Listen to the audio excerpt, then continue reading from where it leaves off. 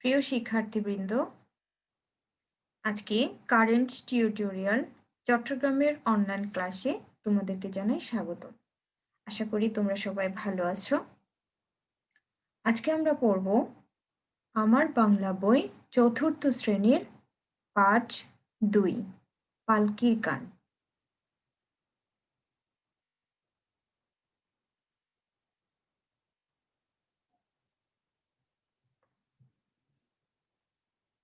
পালকির গান কবিতাটি খুবই সুন্দর। তাহলে চলো আমরা আগে পালকির গান কবিতাটি পড়ি।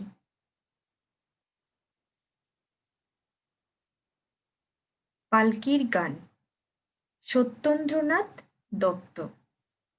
পালকি চলে গগনতলে আগুন জ্বলে, স্তব্ধ গায়ে আদল গায়ে যাচ্ছে কারা রৌদ্রে সারা। ময়রা মুদি চক্ষু মুদি, পাটাই বসে ঢুলছে কষে। দুধের চাচি শুষছে মাছি, উঠছে কতক ভনবনিয়ে, আসছে কারা হনহনিয়ে। হাটের শেষে রুক্ষ বেশে, ঠিক দুপুরে ধাই হাঁটুরে। কুকুরগুলো শুকছে ধুলো, ধুকছে কেহ ক্লান্ত দেহ। গঙ্গা ফড়িং লাফিয়ে চলে, বাঁধের দিকে সূর্য ডলে। বাঁধের দিকে সূর্য ঢলে, পালকি চলে রে অঙ্গ ঢলে রে। আর দেরি কত, আরো কত দূর। তাহলে পালকির গানের লেখককে, কবিকে সত্যেন্দ্রনাথ দত্ত। এটি তোমরা মনে রাখবে। পালকির গানের কবি পরিচিতি আমরা এখন দেখব।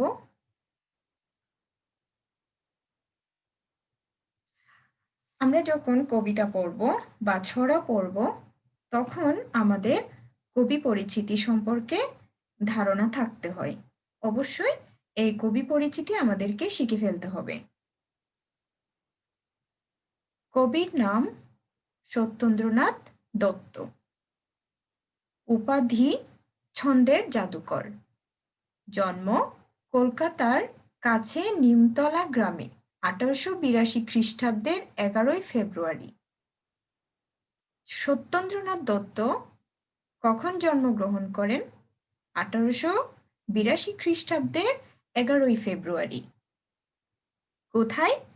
কলকাতার কাছে নিমতা গ্রামে। কাব্যগ্রন্থ কুহু ও কেকা, অভ্র আবির, হসন্তিকা। এখানে আমরা কাব্যগ্রন্থ পেয়েছি কয়টি?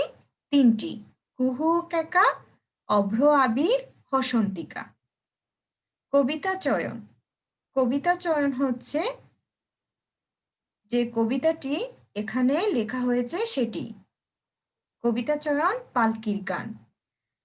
পালকির গান কবিতাটি কোন কাব্য থেকে নেওয়া হয়েছে? কুহু ও কেকা কাব্যগ্রন্থ থেকে নেওয়া হয়েছে।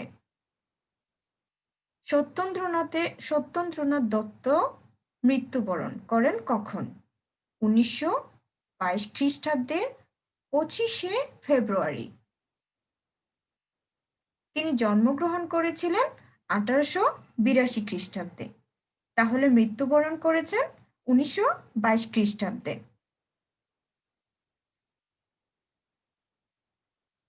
তিনি বেঁচে ছিলেন মাত্র 40 বছর।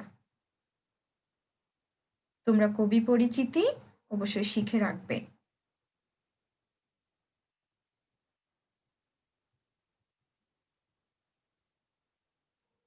এরপর আমরা চলে যাচ্ছি মূল ভাব। কবিতার মূল ভাব। আমরা এতক্ষণ পড়েছিলাম কবিতা এবং কবি পরিচিতি। কবিতাটি পড়ার পর কবিতার যে অর্থটা বোঝায়, পুরো কবিতা পড়ার পর যে অর্থটা একসাথে বোঝাবে, সেই বিষয়টি যে অংশ, যে অনুচ্ছেদটি থাকে সেটি হচ্ছে মূল ভাব। এখন দেখি মূল ভাবে কি বলা হয়েছে। পালকির বেহারারা পালকি কাঁধে নিয়ে এক জায়গা থেকে অন্য জায়গায় যান। চলার পথে পা মেলাতে তারা তালে তালে গান গাইছেন। এই গানের কথায় গ্রাম বাংলার চলমান জীবনের ছবি ফুটে উঠেছে। এখানে যে যেভাবে থাকে সেই অবস্থায় তাদের চলার পথে যখন আমরা কোনো কিছু পড়ার সময়, আয়ত্তে রাখার সময় ভালো লাগার জন্য কেউ গান করি, কেউ ছড়া আবৃত্তি করি, কেউ কবিতা পড়ি, কেউ সুরে থাকুক বেসুরে থাকুক আমরা গান করে যাই। সেভাবে এখানে পালকির বেহারারা কি করেছে, তারা কাঁধে যে জিনিসগুলো নিয়ে যাচ্ছে সেটিতে তাদের ক্লান্তিময় ভাবটাতে যেন এগিয়ে যেতে পারে। এই এগিয়ে যাওয়ার জন্য যেভাবে কথাগুলো বলেছে সেটি গানের তালে তালে তারা পা ফেলে ফেলে যাচ্ছে এবং তাদের একটা শক্তি যোগাচ্ছে। তারা যে হাঁটতে হাঁটতে পথ পাড়ি দিচ্ছে, সে পথ পাড়ি দিতে তাদের এই গানটা তাদেরকে শক্তি যোগাচ্ছে। আর এই পালকির গান কবিতাটির মধ্য দিয়ে গ্রাম বাংলার আমরা যে গ্রামের দৃশ্যগুলি দেখি সেটি এখানে ফুটে উঠেছে। আশা করছি তোমরা মূল ভাব বুঝতে পেরেছ। আমরা এ পর্যায়ে চলে যাচ্ছি শব্দার্থ ও বাক্য প্রয়োগ।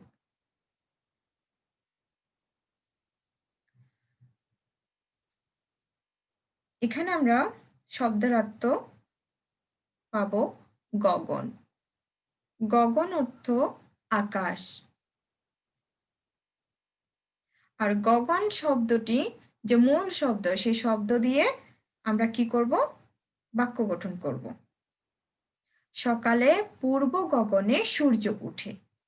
পূর্ব গগনে সূর্য উঠে, তার অর্থ হচ্ছে সকালে পূর্ব আকাশে সূর্য উঠে। আদল, খালি গায়ে বা জামা কাপড় ছাড়া। এ আদল শব্দ দিয়ে বাক্য গঠন হলো শিশুরা বাড়ির উঠানে আদল গায়ে খেলা করছে। পাটা, পাটা অর্থ তক্তা। পাটা অর্থ তক্তা, সেটি হচ্ছে এই তক্তাটা বানানো হয় গাছ দিয়ে বসার জন্য। যে তক্তাতে বসা যায় সেটি হচ্ছে কি পাটা বা তক্তা। পাটার উপরে বসে দোকানদার জিনিস বিক্রি করছেন। বাক্য গঠন হচ্ছে পাটা দিয়ে পাটার উপরে বসে দোকানদার জিনিস বিক্রি করছেন। ভনভনিয়ে, ভনভন শব্দ করে। ভনভনিয়ে অর্থ হচ্ছে ভনভন শব্দ করে। এই ভনভনিয়ে দিয়ে আমরা এখানে বাক্য গঠন পেয়েছি, মাছিগুলো কানের কাছে ভনভনিয়ে উড়ে বেড়াচ্ছে। 5 নম্বরে এসে কষে। কষে অর্থ হচ্ছে জুড়ে। কষে শব্দের অর্থ কি, জুড়ে। কষে দিয়ে বাক্য গঠন, লোকটা কষে খুঁটিতে দড়ি বাঁধছেন।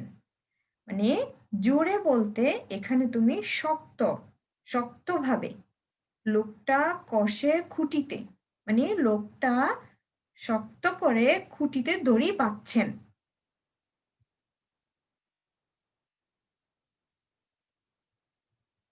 হাঁটুরে।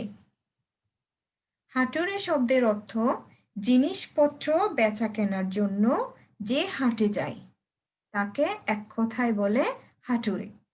এটি তোমরা এক কথায় প্রকাশ বা পূর্ণবাক্যে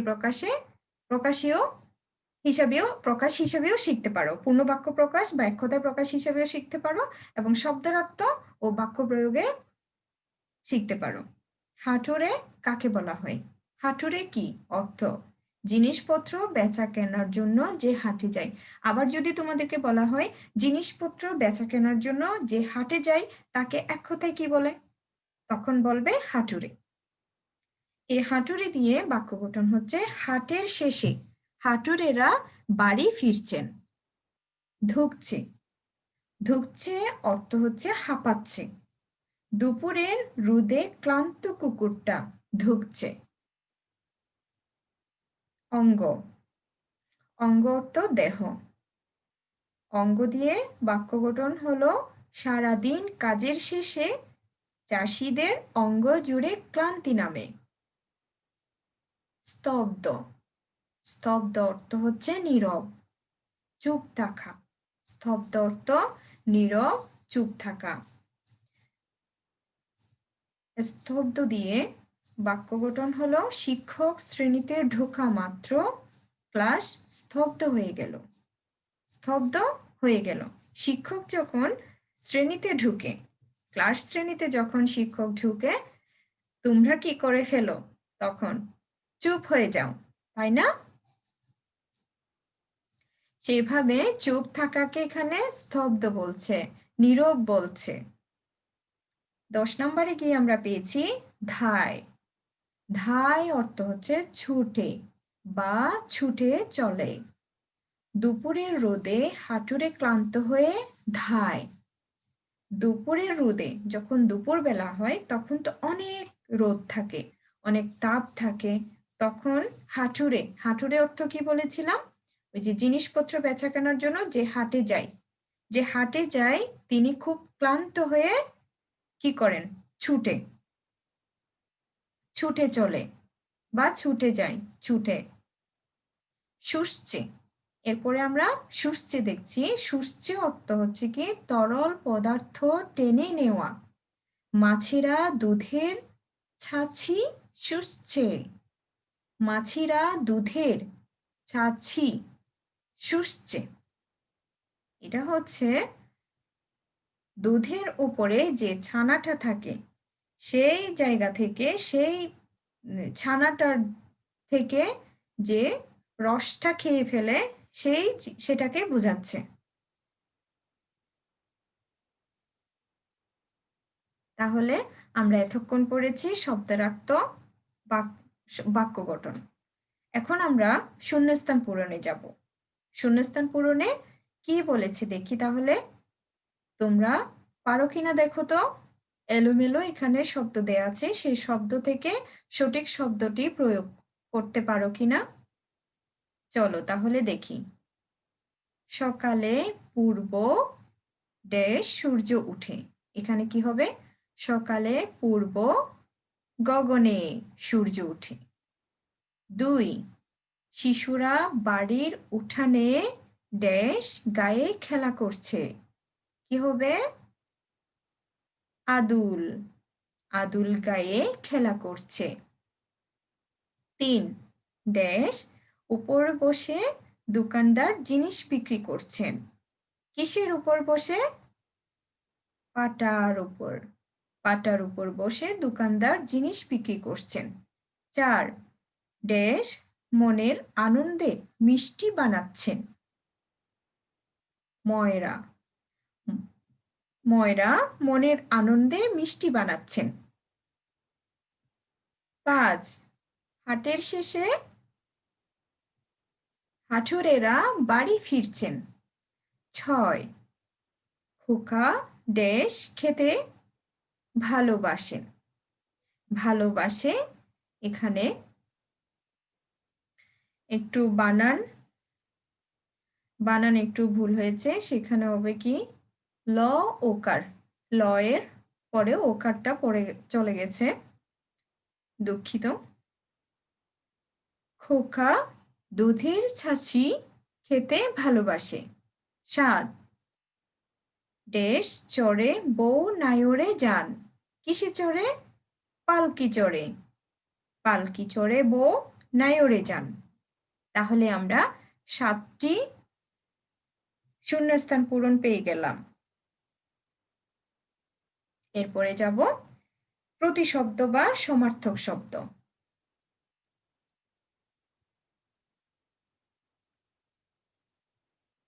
গগন, এক নম্বরে পেয়েছি গগন। গগনের প্রতিশব্দ বা সমার্থক শব্দ। গত ক্লাসে তোমাদেরকে বুঝিয়েছিলাম প্রতিশব্দ এবং সমার্থক শব্দ কি। প্রতিশব্দ এবং সমার্থক শব্দ হচ্ছে একটি শব্দের আরো অনেক শব্দ থাকে, যে শব্দগুলো ভিন্ন হলেও অর্থ একই হয়।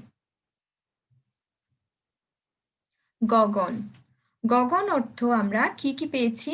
গগনের সমার্থক প্রতিশব্দ পেয়েছি আকাশ, আসমান। 2 আগুন, অগ্নি, অনল। 3 চক্ষু, নয়ন, চোখ। 4 সূর্য, সূর্যের প্রতিশব্দ রবি, তপন। 5 স্তব্ধ, নীরব, নিস্পন্দ। এখানে চুপ থাকাটাই বোঝায়। স্তব্ধ, নীরব, নিস্পন্দ এসবগুলোর অর্থ হচ্ছে কি চুপ থাকা। 6 হাট, হাটের সমার্থক শব্দ বাজার। সমাবেশ, সমাবেশ মানে হচ্ছে যেখানে অনেকজন জড়ো হয়। 7 গা, গ্রাম, পল্লী। 8 গা, শরীর, দেহ। 9 সারা, সারা অর্থ হচ্ছে সারা শব্দের সমার্থক শব্দ হচ্ছে শেষ, সমাপ্ত। 10 রুক্ষ, রুক্ষ, রুক্ষ এর সমার্থক শব্দ কর্কশ, অসাধু। 11 দুপুর, দ্বিপ্রহর, মধ্যাহ্ন। 12 ক্লান্ত, ক্লান্তের সমার্থক শব্দ পেয়েছি আমরা, প্রতিশব্দ পেয়েছি অবসন্ন, পরিশ্রান্ত।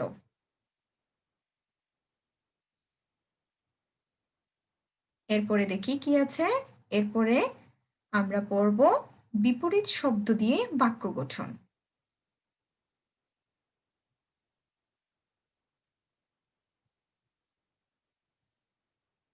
1 চলে অর্থ চলের বিপরীত শব্দ পাবো আমরা থামে। চলে, থামে। আমাদের বিপরীত শব্দ হচ্ছে থামে। এই থামে শব্দটা দিয়ে বাক্য গঠন করতে হবে। সময় কখনো থামে না, সময় কখনো থামে না, সময় চলতে থাকে, সময়কে কেউ ধরে রাখতে পারে না। 2 জ্বলে, এর বিপরীত শব্দ নিভে, হঠাৎ বাতিটি নিভে গেল। 3 সারা, এর বিপরীত হচ্ছে শুরু, এখন কাজ শুরু করো। ক্লান্ত, 4 নম্বরে আমরা পেয়েছি ক্লান্ত। ক্লান্ত, সতেজ, তোমাকে আজ বেশ সতেজ দেখাচ্ছে। 5 রৌদ্র, ছায়া, কৃষকেরা গরমে অতিষ্ঠ হয়ে গাছের ছায়ায় বিশ্রাম নিচ্ছেন। 6 আগুন, পানি, আগুনের বিপরীত পানি, দয়া করে আমাকে 1 গ্লাস পানি দাও। 7 স্তব্ধ, স্তব্ধ এর বিপরীত হচ্ছে কোলাহল, অনেকে কোলাহল পছন্দ করে না, অনেকে কোলাহল পছন্দ করে না। এরপরে দেখি আমরা কি পাই। এখন পড়ব এক কথায় বা পূর্ণবাক্যে প্রকাশ। এক কথায় থেকে পূর্ণবাক্যে প্রকাশ, আবার পূর্ণবাক্য প্রকাশ থেকে আমরা পাবো এক কথায়। গত ক্লাসে তোমাদেরকে বলেছিলাম এক কথায় এবং পূর্ণবাক্যে প্রকাশ কেমন হবে। আমি আজকে আবার বলে যাচ্ছি, মন দিয়ে শুনো।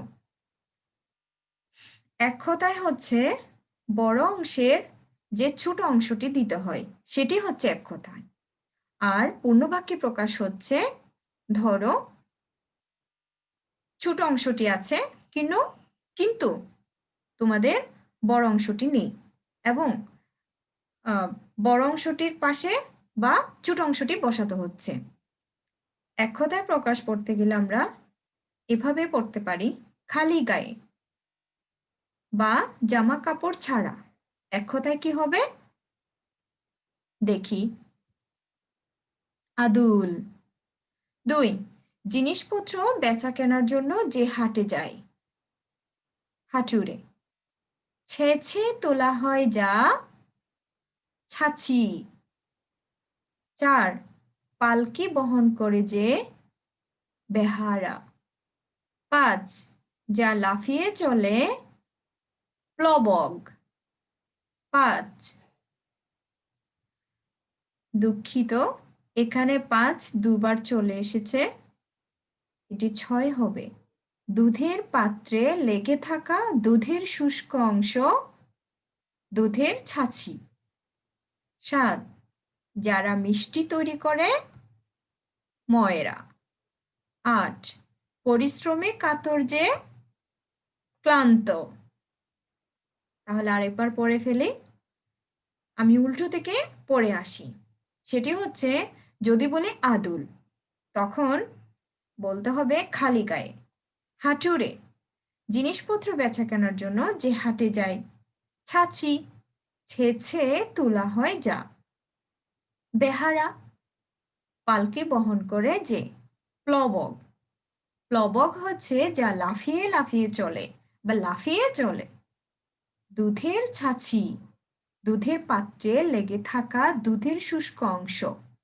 সেটি হচ্ছে ছাঁচিটা কোনো কিছু আমাদের পাত্রে যখন লেগে থাকে তখন চামচ দিয়ে বা কোনো শক্ত কিছু দিয়ে আঁচড়িয়ে বা খুঁটিয়ে খুঁটিয়ে তোলা। এখানে সেটি হচ্ছে কি লেগে থাকা, পাত্রে লেগে থাকা দুধের শুষ্ক অংশ। যারা মিষ্টি তৈরি করে। ময়রা, ময়রা বললে তখন যারা মিষ্টি তৈরি করে। ক্লান্ত, পরিশ্রমে কাতর যে। পরিশ্রমে কাতর যে কি হবে? ক্লান্ত। আশা করছি বুঝতে পেরেছ। তাহলে চলো আমরা পরেরটাতে চলে যাই। এখন পড়ব যুক্তবর্ণ। যুক্তবর্ণ ভেঙে নতুন শব্দ তৈরি।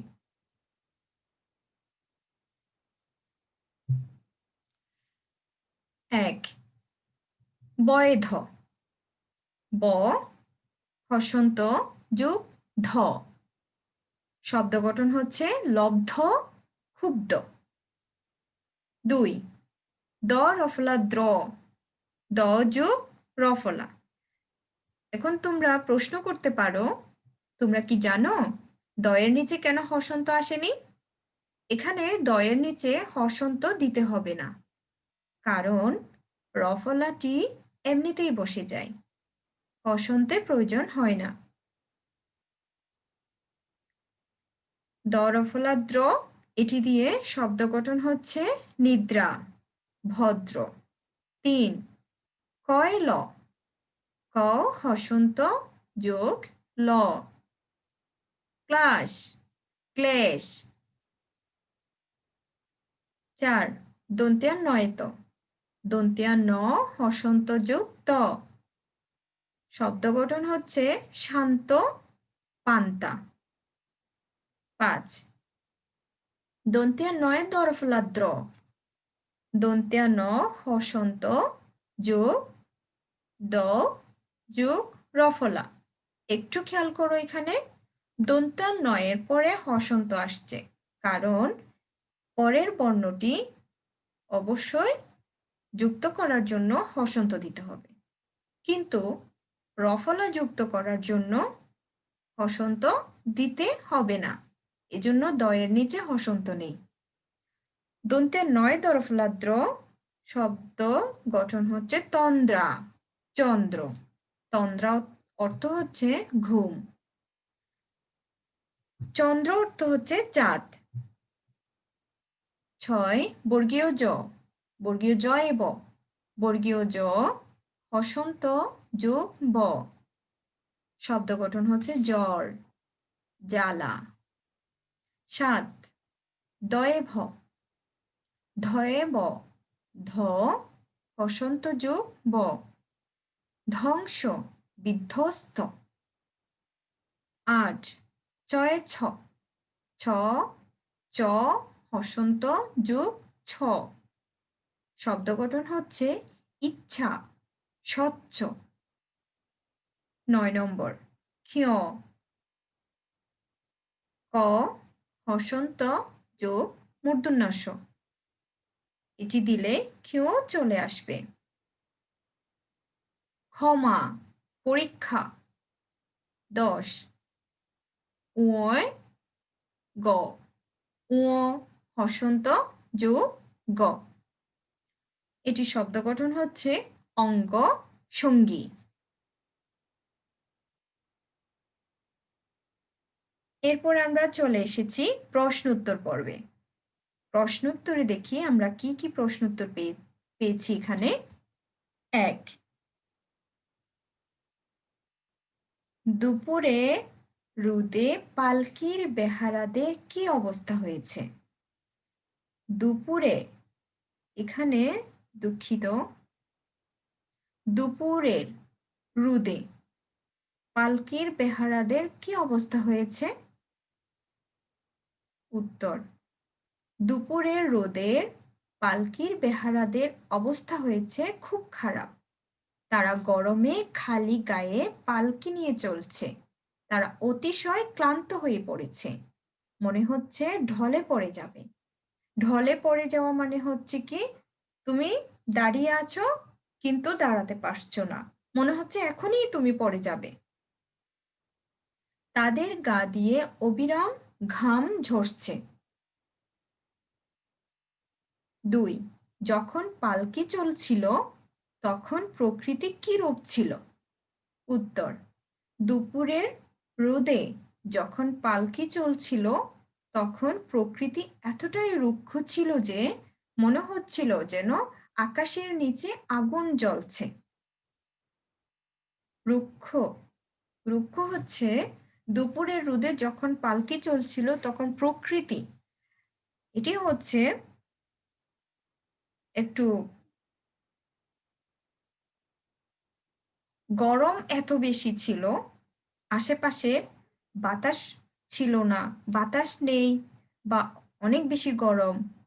তখন মনের মধ্যে মনে হচ্ছে সবকিছু মরুভূমির মতো, মনে হচ্ছে অনেক বেশি খারাপ। রুক্ষ মানে অনেক বেশি খারাপ অবস্থা, এরকম। আকাশের নিচে আগুন জ্বলছে, তার অর্থ হচ্ছে অনেক বেশি গরম। যখন পালকি চলছিল তখন প্রকৃতি কিরূপ ছিল?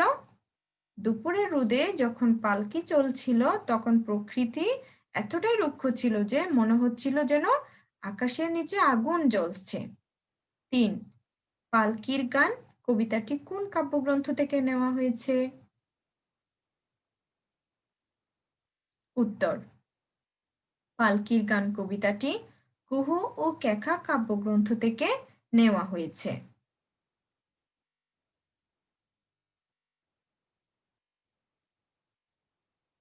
প্রিয় শিক্ষার্থীবৃন্দ, এতক্ষণ সাথে থাকার জন্য তোমাদেরকে অসংখ্য ধন্যবাদ জানাই। আজকের মতো এখানেই শেষ করছি। আল্লাহ হাফেজ। সবাই ভালো থাকবে, সুস্থ থাকবে, স্বাস্থ্যবিধি মেনে চলবে।